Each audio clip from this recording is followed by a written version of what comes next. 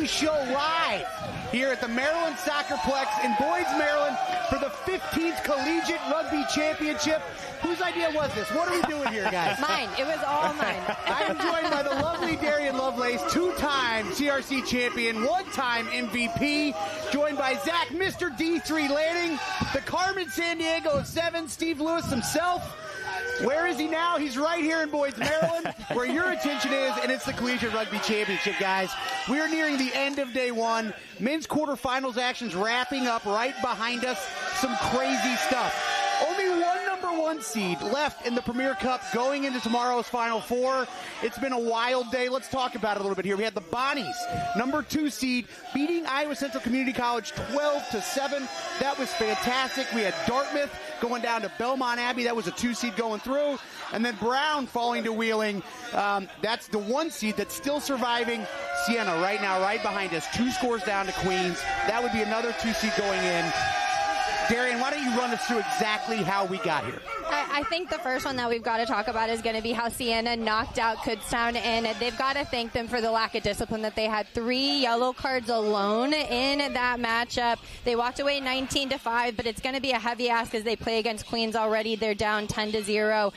But that Wheeling versus Brown one, that was a matchup that we really wanted to watch, only because of the fact that whenever Wheeling took out Mary Washington and Brown with Notre Dame, they really racked up a lot of points there. But unfortunately, Brown had to fall to Wheeling because, I mean, just savages on that team, man. They don't mess around whenever they come to play. The last one, though, that was a little bit heartbreaking was whenever the Bonnies played against ICC. They lost 12-7, but the Bonnies, they run probably the most straight-up attack in the whole competition. They run those nice straightening lines. They do their job, and they do it really well.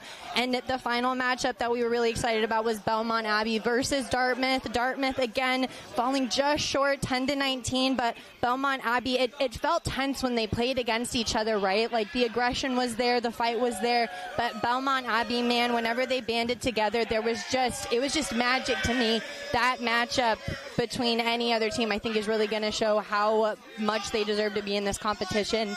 Those matches throughout the weekend, I mean, they just kept getting more competitive because of our bracket that they've kind of made with the trickle down. And so not only do you have to buy into this idea that once you win the first matchup, it only gets harder from here and you have to go undefeated, but these teams out here, I mean, they're fighting so hard tooth and nail for everything. And it's been such a pleasure to watch the men's premier bracket kind of unfold throughout this Friday. Speaking of teams are out here, we got any Susquehanna Riverhawks anywhere? Woo!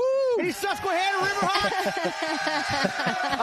Before we get fixated too much on these quarterfinals, Steve, I want to back up Siena, all right? That was a huge win over Kutztown. They won this thing in 2022. They came in as the number 1 seed. This is Siena's deepest run. I know you know that program. Tell us about their day. Yeah, I think this is the first time this year that they've actually been healthy. So I had a sneaking feeling they'd have a good run, not maybe in this particular game, but the beating Kutztown was a legitimate result. Smart play. You actually saw an old-fashioned, new-fashioned try from a line-out maul from 15 yards out. That was kind of neat to see. But, yeah, they came to play, and they've had an up-and-down season, but that was a great performance for them against Kutztown. It doesn't look like they're going to be able to sustain. But that's 7th, right? That's why we're here. Also, you get a big win like that. That's a program win. Let's talk about it. Siena, is a true traditional club program that's starting to elevate and bring it, and over the last couple of years has gotten really a lot more competitive. But that win over Kutztown, that's one of the blue blood programs in 7s. That's a big one. Does that take something out of you if you get that win and you got to muster that energy and all that emotion 2 hours later? It just sounds like it hurts, to be honest. Like, I feel like I can feel it up in my bones here. I mean, Kutztown, not to discredit them, they did play a physical match, but one thing that we really need to harp on that's going to get you into the championship is discipline, right? You need all 7 people on the field at all times, especially as you start to progress throughout the tournament. 1 yellow card, 1-2 minutes whenever you're sitting out can cost you 1 or 2 tries, and that's what we saw with Siena versus Kutztown, and it's just unfortunate for them that they got knocked out. We just saw it a little bit here in one of these quarterfinals, and that was Brown and Wheeling. It was a 1-score game right down to the end. We had a tackle in the try zone, ended up in a yellow card. Wheeling gets 2 more tries, and it's over. Steve, you agree with that card? I did not agree with that card. Retweet. My history with referees is well known, and I've been very quiet today, but I thought that was a little unfortunate. I thought, the ball was still in play when he played the defender. It just didn't look good. But you're absolutely right. That's what, in 7s, one mistake is so consequential, be it a referee error, be it a player missing a tackle or a poor decision. So in sevens, it's one decision and you can be in trouble. Iowa Central and the Bonnies came down to something very much like that, right? At the end of the game, Iowa Central had 2 chances to score, could not make it happen, but also injuries are a big deal here, right? These guys all played 3 games today to get to the quarterfinals and get through it. Cohen Webb has had his hamstring wrapped up all weekend. He's one of the most outstanding players for the Tritons. They're down 12-0. They've been bringing him off the bench because he's injured as a finisher. Down 12-0, bring him on, instantly creates a 12-7, cuts it to 1 try. They sub him off, and they just weren't able to spread the ball as quickly. We also saw Jamie Phillips opened for Dartmouth with a hat trick today. Yes. And then he's out, and that's just not the same Dartmouth. I mean, it was a lot of changes there. So 2 points on that. So one is coaching decisions, right? How do you rotate? How do you manage your squad in terms of managing their minutes over the course of a tournament? And secondly is depth. A lot of teams have 4 or 5 good players, but they don't have 8, 9, 10, 11, 12. And that bench is really important, particularly as you go deeper in a tournament. So the injuries rack up. And you see it. Depth is critical. Right. Yeah, in the second to last attacker, we kind of saw it. They kind of almost got as flat as like as an open soda on multiple occasions, right? Whenever that second to last one, that's the one that needs to kind of turn on the jets and create the space. We saw them get flat, and we need to talk about this ball security whenever they're on the ground. Like the amount of times that you would get tackled and people would get caught on their back or just didn't work to get that extra minute to push the ball back. That also talking about those split moments can make a difference. You can get a turnover, you can knock it on. Ball security, you've got to work hard if you're going to take the contact, and if there's one thing these guys love, it's contact. Absolutely, and that's where the attrition comes in too. We're talking about, especially in the third game of the day. I mean, it is hot down here. These guys have been playing a lot of rugby today, and you start to see those little mental lapses, little things if you don't have maybe fresh guys coming in for later in the game, and so you start to get a little sloppier with the ball placement on the ground, or you don't make that extra pass. That's when those good teams, the really, really good teams, dig deep, I think, and find that extra gear, especially when it's hot, it's late, you've been playing a lot of rugby, you're tired, but it's all for the glory. You got to keep it going. Yeah, that's right. We'll talk plenty of Premier Cup this weekend. Do not worry about that, but I think we need to talk a little bit some of the other divisions. We got lots of divisions here. 8 national championships we're going to hand out over the course of the weekend. Zach, run us through some of those results. Let's talk through some of the brackets in Division I club, D2 and D3. I'm happy to do that. I have to tell you, this morning I looked at that schedule on our app, and I was like my adult self in a candy store. I was like, I want this, I want to go see this, I want a little bit of this. I spent the whole day running around, Pat, and we have had a wonderful day of rugby here with a bunch of great games. Everything delivered that I went to go see. D1 club, you take a look at that bracket. One half of that bracket, chalk, complete chalk. You have Louisville running through James Madison. They did beat a very good Claremont side in the second round here. Dylan Judd having himself a day for the Cardinals, but they're looking good. They're into the semifinals. Also on that side of the bracket, number 2 seed, the Wolfpack. All right, they keep doing me proud. I picked them to do pretty well. They had a strong opening round victory over Temple, another double-digit win over Tennessee in the quarterfinals.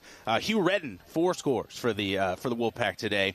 Other half of the bracket, though, Pat, upsets galore. We had upsets everywhere in D1 club. South Carolina, the 1 seed. Westchester also down in that one. Okay, they both lost in the quarterfinal round to UMass and UNC Charlotte, respectively. All right, big reason for UMass success today. Arthur DeHerring, 3 scores for him. UNC Charlotte and that Westchester game was a real barn burner. That was an awesome contest.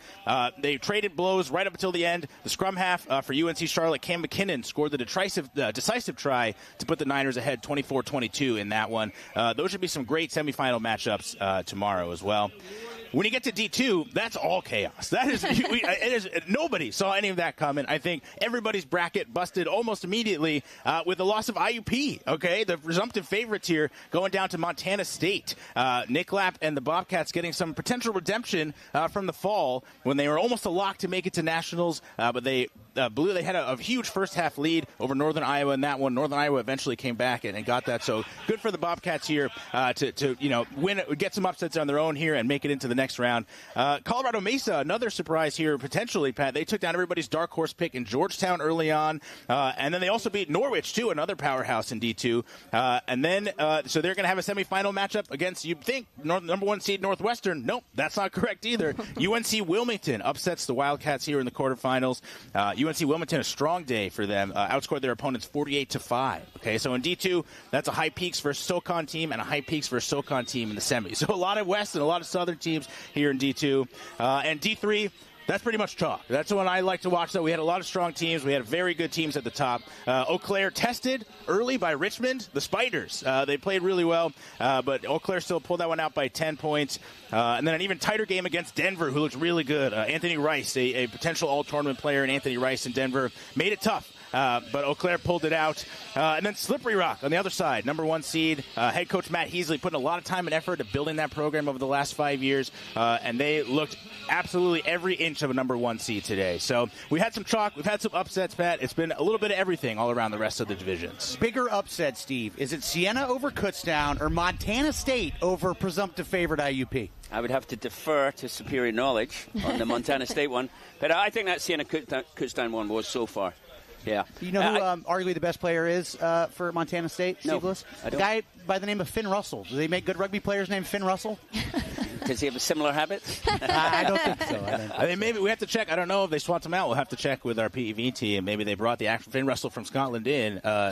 Same name. Who's I do have to say, Zach, that was an absolute tour de force you just delivered. Oh, my gosh. Well, thank you. It was superb. Excellent. Well done. I have been waiting for my moment to talk about these games today. I'm so excited. It has arrived. You are here. There we go. A star has been born. A star is born. I love every second of it. Polished off his 9th monster right before we went live.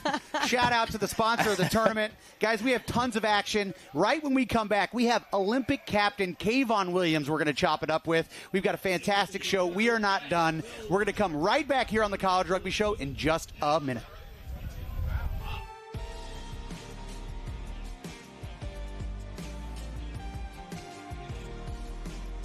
Let's get ready.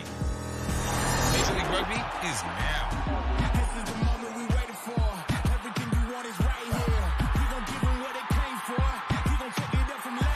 Rugby Network is giving you all the free MLR content you want, live and on demand. Never miss a hit, never miss a try, never miss your team. MLR on TRN. Never miss a match.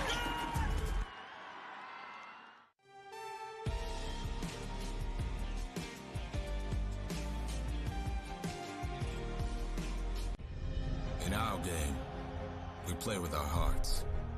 We don't play with sticks, bats, or gloves.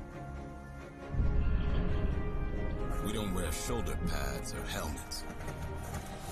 We keep playing when it hurts. And we leave everything on the field. What we wear must be built for our game.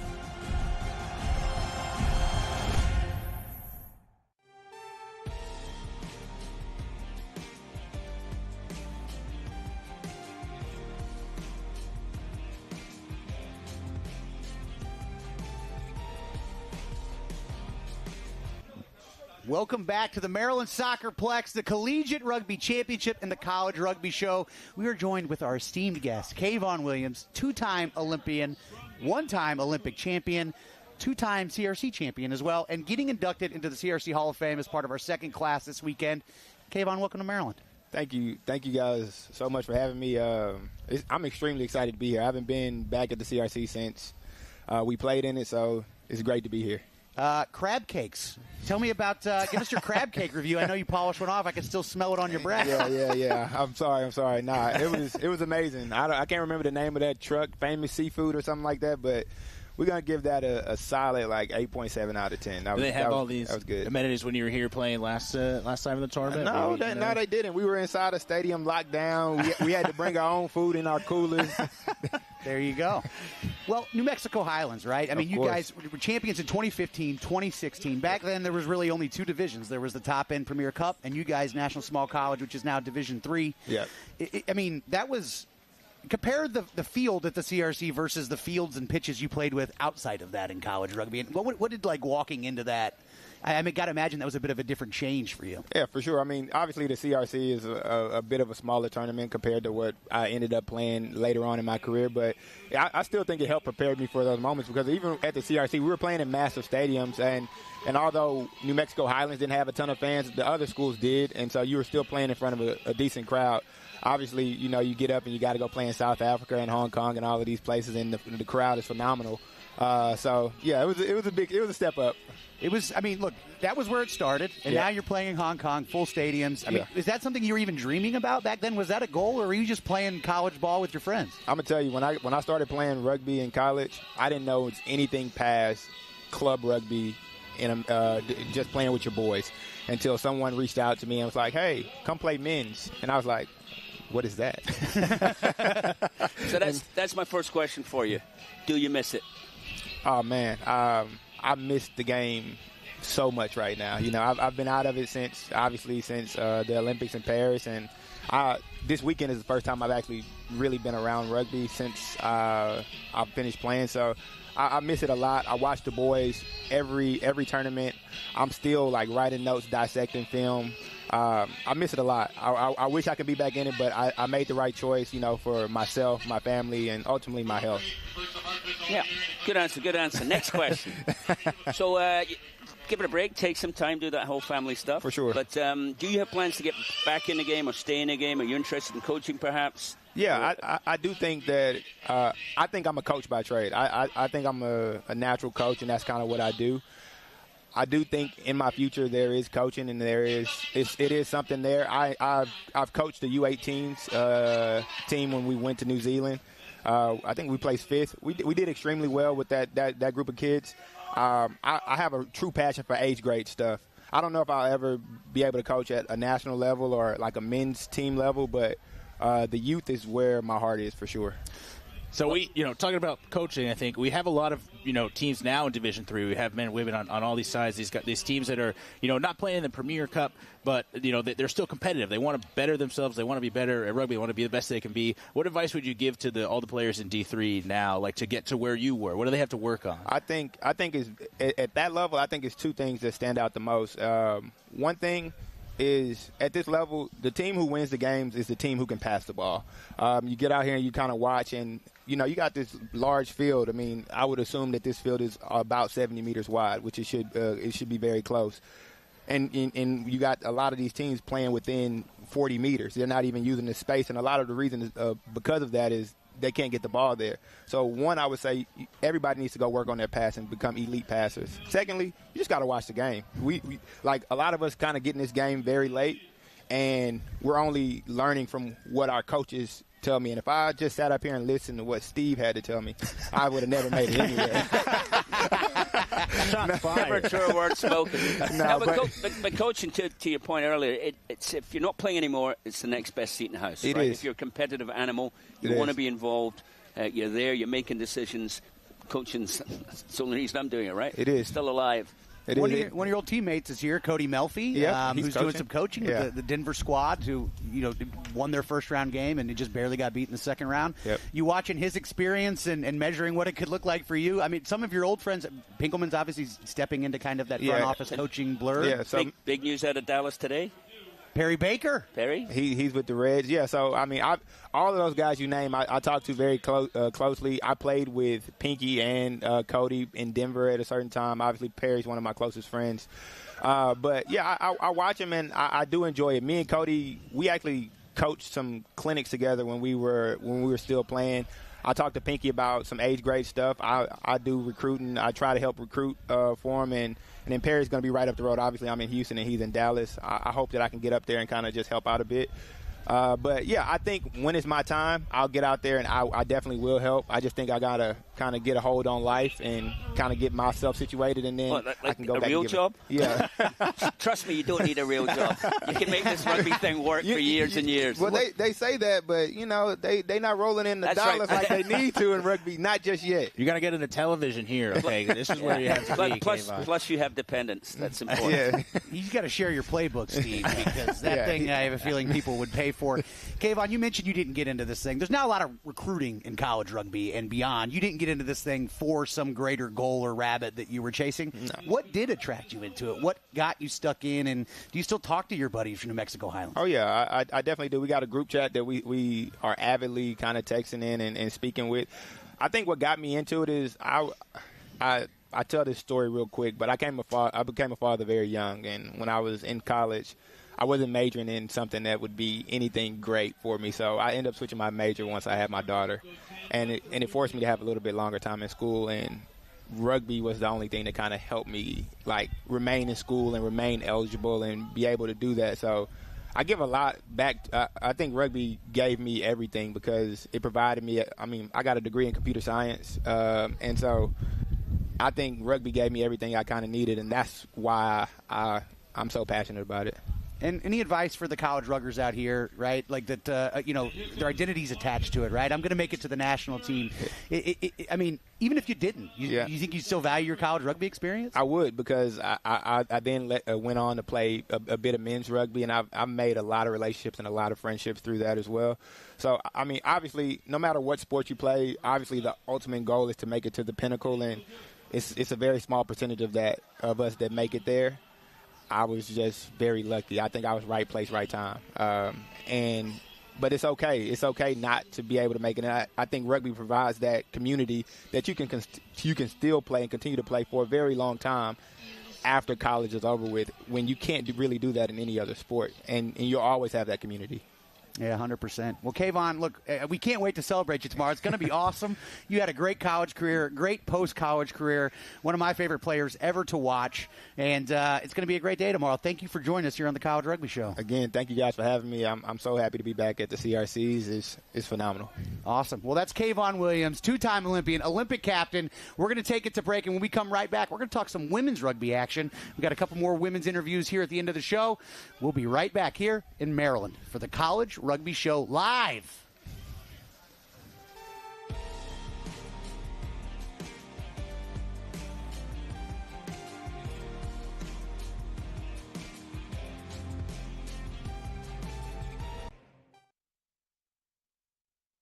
Against Fairfield, you had the game-winning try. You lost your shoe in the midst of all of that. How does it feel to come out on top? Feels really good. We've been working all season on priding ourselves and being a fitter team, and we knew when we stepped into OT that we were the fitter team in this match and we were going to outwork them.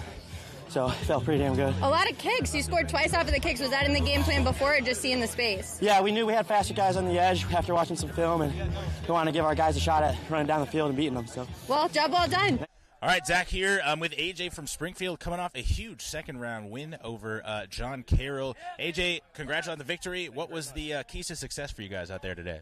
Well, we came into our first game. We were pretty nervous. It's been our first time playing in some heat. We've been playing up in Massachusetts, so we've been used to practicing in the cold. So we kind of lost our cool the first game. Didn't turn out the way we wanted it to. So this game, our big thing was playing loose, no stress, play the way we play at practice, the way we know how to. And that's what we did. So it feels good to pay off on the game plan. Excellent. All right, and you guys are maybe flew under the radar a little bit here as a 2-seed coming in. Do you feel like you guys were not getting the respect you deserve as a solid squad? You guys qualified early on in the spring season. You played a lot of good rugby this spring. Do you feel like you're underrated going into the day 2 here, or how do you feel the team has been handled? I feel like we're exactly where we want to be. I don't think we want to go into it being the favorite because that puts a lot of pressure on us. And I also feel like being the underdog puts some pressure on you. I feel like where we are right now, we're the 2 seed. We have the 1 seed to look up to. We've got all the seeds below us who are playing dominant performances and really looking good. So I like where we are in terms of our standings. What do you think about the environment here? We're out in Boynes, Maryland. We got so many fields full of rugby all day. We got the team villages and everything. You guys enjoying yourselves out here as well? It's beautiful. It's great weather. It's just a beautiful facility. We came down here 2 years ago and loved it just as much. So really happy to be back down here playing on such beautiful grass again. AJ, thanks a lot. Good luck the rest of the weekend.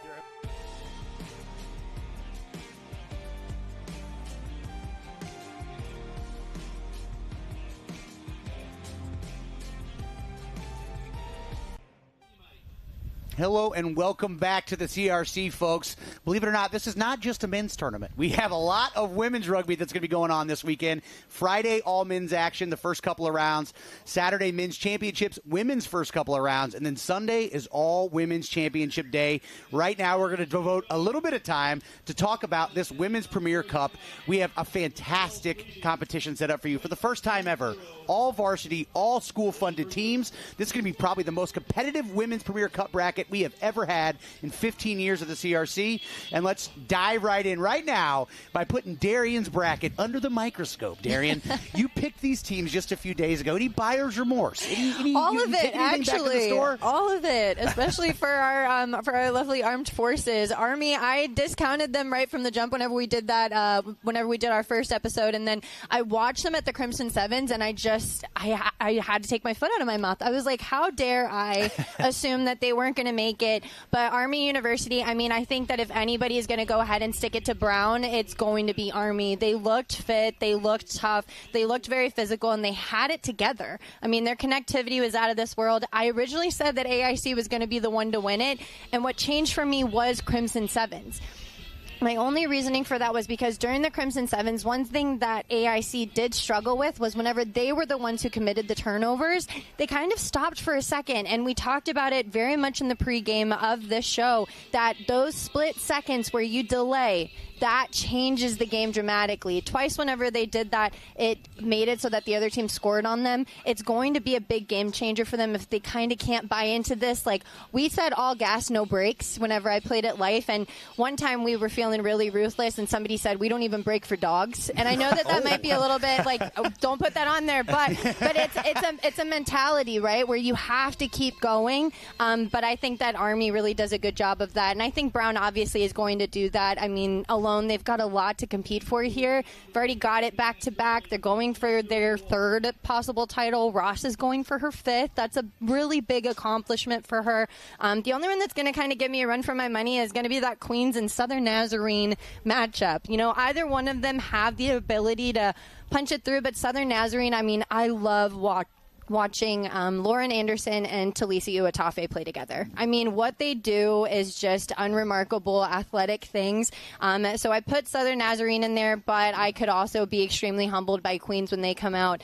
So that, to me, might be the only one that I'm debating. But as far as who's going to make it into the final, I'm going to have to say Brown and Army. Look, Southern Nazarene and Queens is Davidson Duke. And who doesn't want to watch Davidson Duke when Davidson has Steph Curry? And that's Talisa Uatafe. I have no idea what you're talking about. That sounds about right. But you know what you do know something about is the Army women. You used to help coach the Black Knights.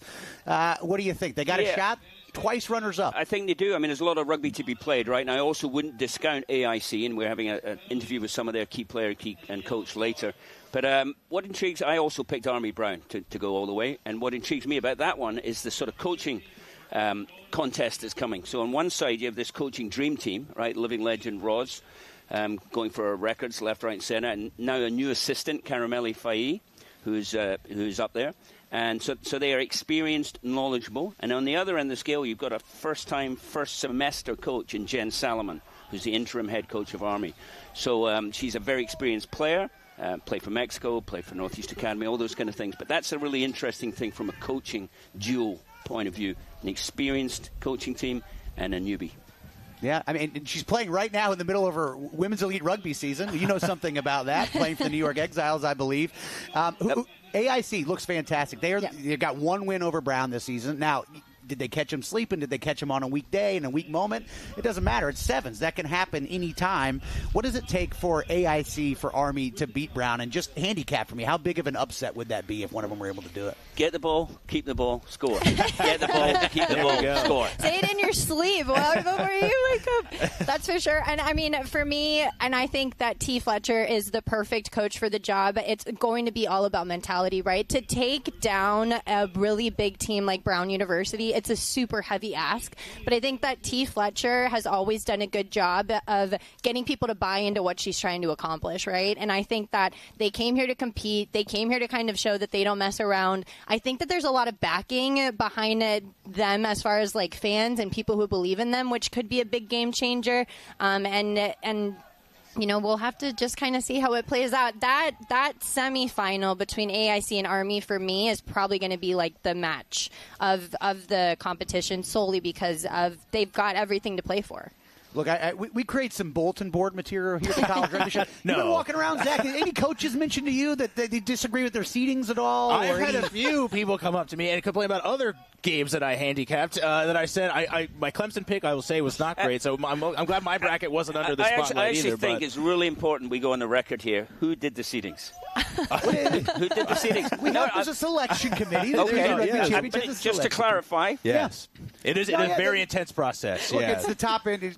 National Collegiate Rugby has competitive people. They have directors, they have commissioners, and there's a selection committee for both sides. They get together, they weigh all the results throughout the season, and now we have this handy-dandy NCR app where you can track those, right? And they seed them, and that's how it works. And a fine job they've done. Thank you very much, Mr. Lewis.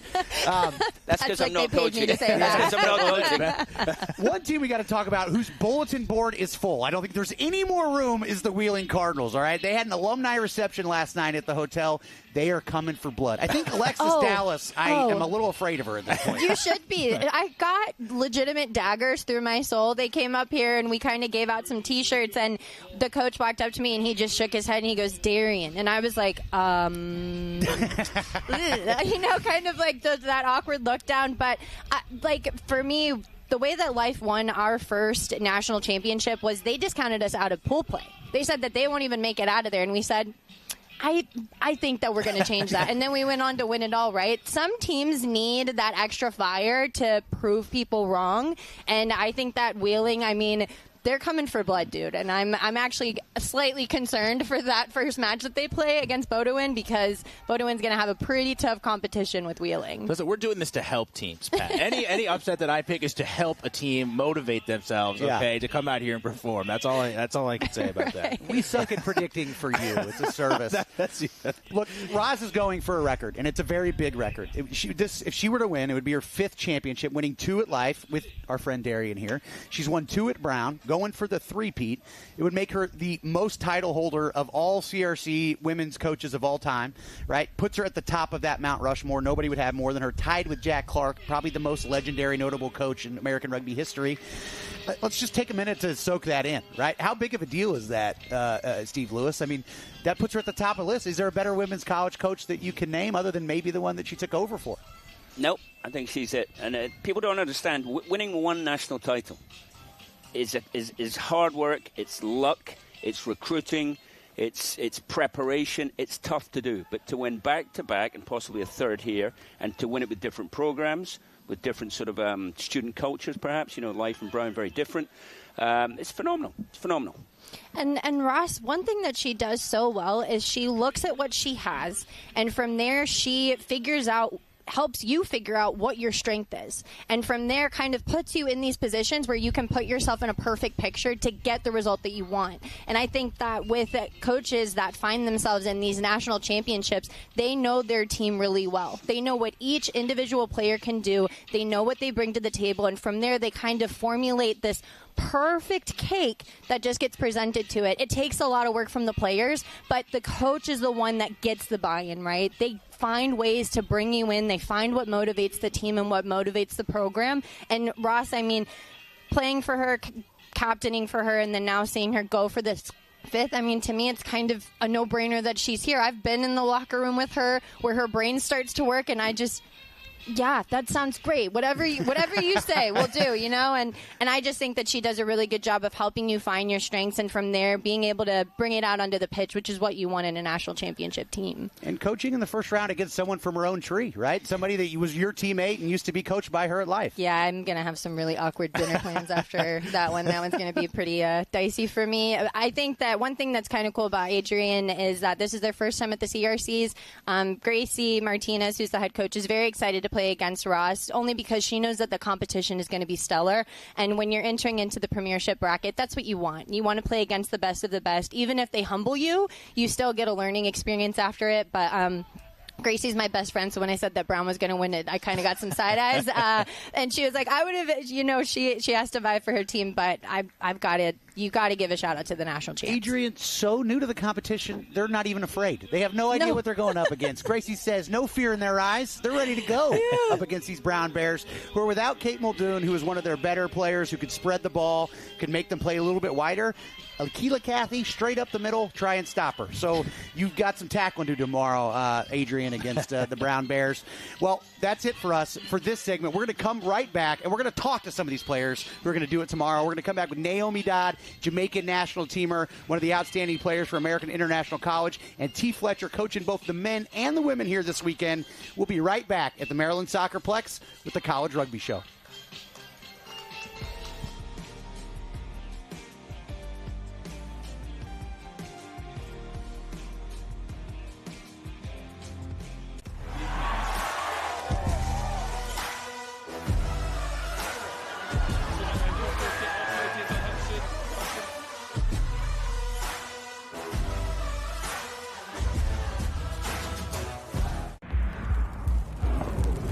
In a sport of power and precision, you need a powerful and precise camera. Analyze your game. Build your team. Grow together. Ready? Up.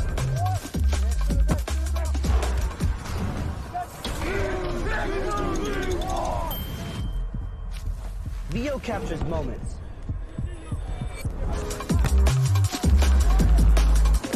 A powerful camera for a powerful sport. Rugby!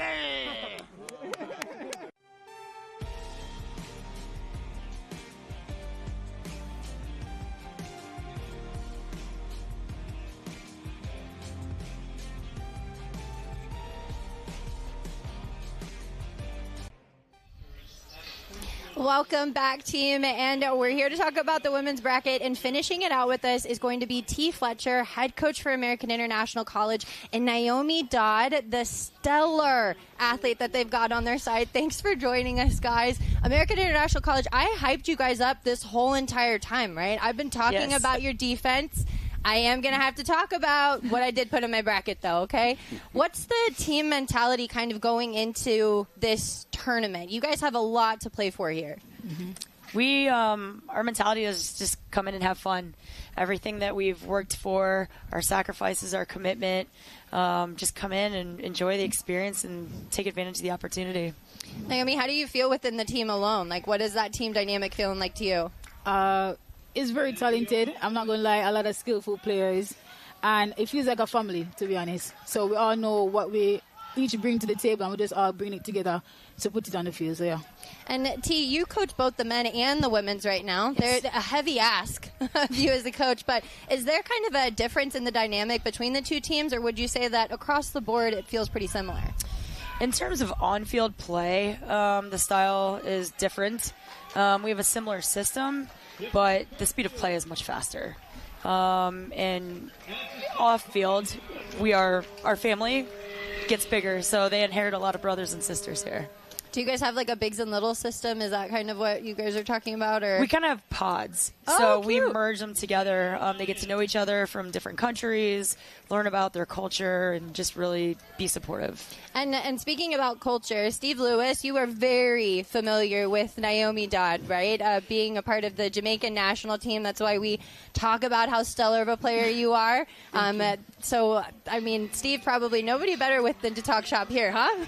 So first off, don't laugh. You don't need to laugh that much. Wasn't that harrowing an experience? But you've come a long way since those playing fields in Kingston, the Spanish Town, where we sort of first met. Yeah. You were still at school, I think, when you were picked. Yes. 17. So obviously you're in a much different place now, in the middle of Massachusetts.